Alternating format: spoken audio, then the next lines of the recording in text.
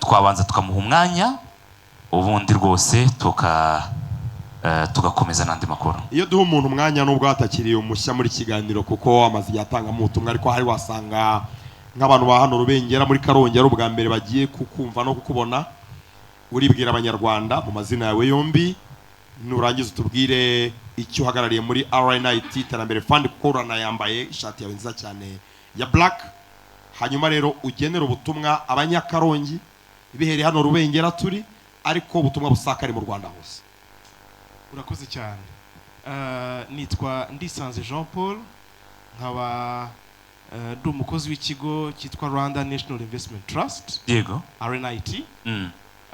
Ari nacyo cyashyizeho ikigega RNIT Iterambere Fund gifasha abantu bose babyifuza kuzigama.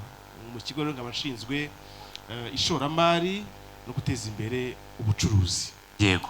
Mbere yuko ntanga ubutumwa ariko ndashaka nanjye kongera gushimira SKFM akoze nk'ikigo ariko na team yose kubera imikoranire myiza dufitanye n'ubufatanye kugira ngo muri ibi bihe harimo kuba iki gikombe imikino y'igikombe cy'isi, yego, dufatanye kukigeza ku banyarwanda ariko tunabagezaho ubutumwa twebwe n'ubundi duhora tubwira abantu bose kuko nicyo dushinzwe, ubutumwa bujyanye no kuzigama.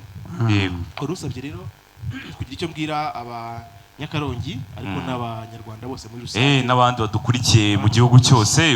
Tuvugana muri sale kuri YouTube hariho abarenga 600 tudashyizeho uko wakwiyandikisha mu kigega udashyizeho bari kuri ku murongo wa FM, udashyizeho n'abandi batwumvira mu bihugu bitandukanye hirya no hino ku isi bafite imiryango iri mu Rwanda bakeneye kumenya ubwo butumwa. Yego. Icyo twifuza kugeza ku badukurikiye muri aka kanya, yego, ni ubutumwa n'ubundi dusanzwe nka RNIT tubwira abantu muri rusange kuko RNIT buriya ifite inshingano ebyiri nyamukuru. Inshingano ya mbere ni ukugira uruhare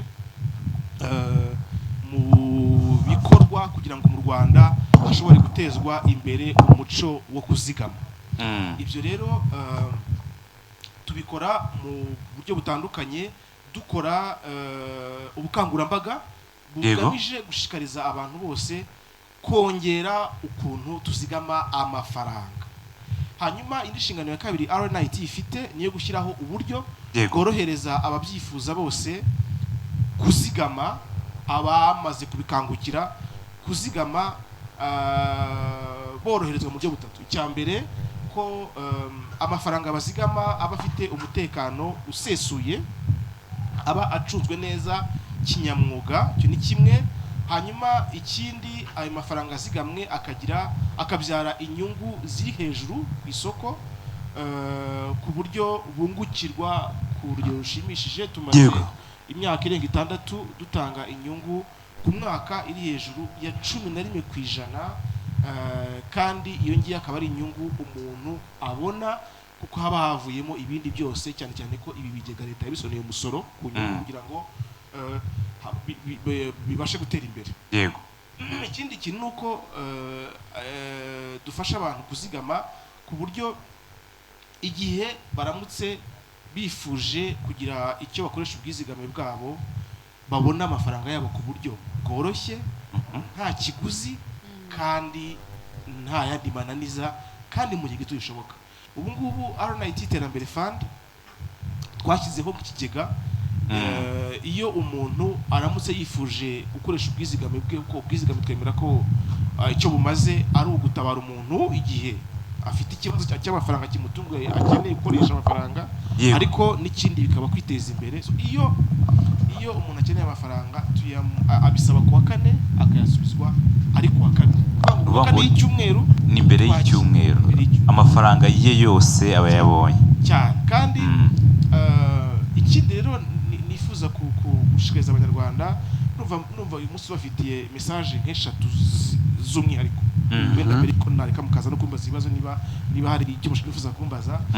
Message n'eshatu. Message ya mbere, muri kino gikombe cy'isi cy'amaguru cy'umupira w'amaguru ku rw'isi, message ya mbere nuko nukwibukiranya ko kuzigama ari ikintu cy'ingenzi cyane mu buzima bwacu twese.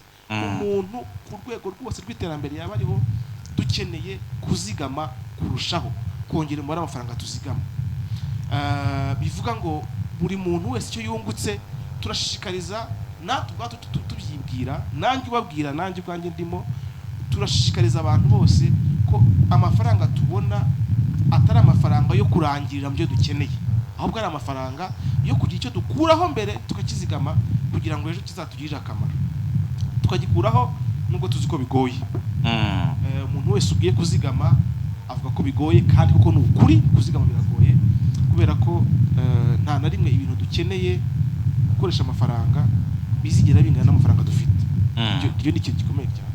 Nta na rimwe ibyo dukeneye gukoresha amafaranga bizigera bingana n'amafaranga dufite.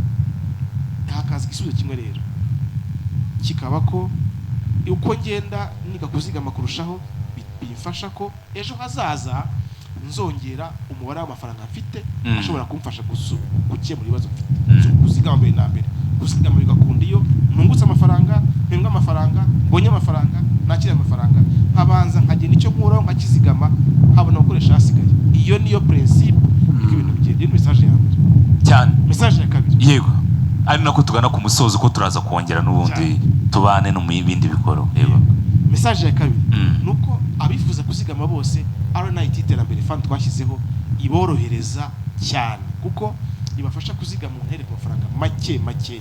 Amafaranga 2,000 niyo make twakira, ariko nta menshi abaho. Muzanye miliyari turayakira, wayizigama rwose.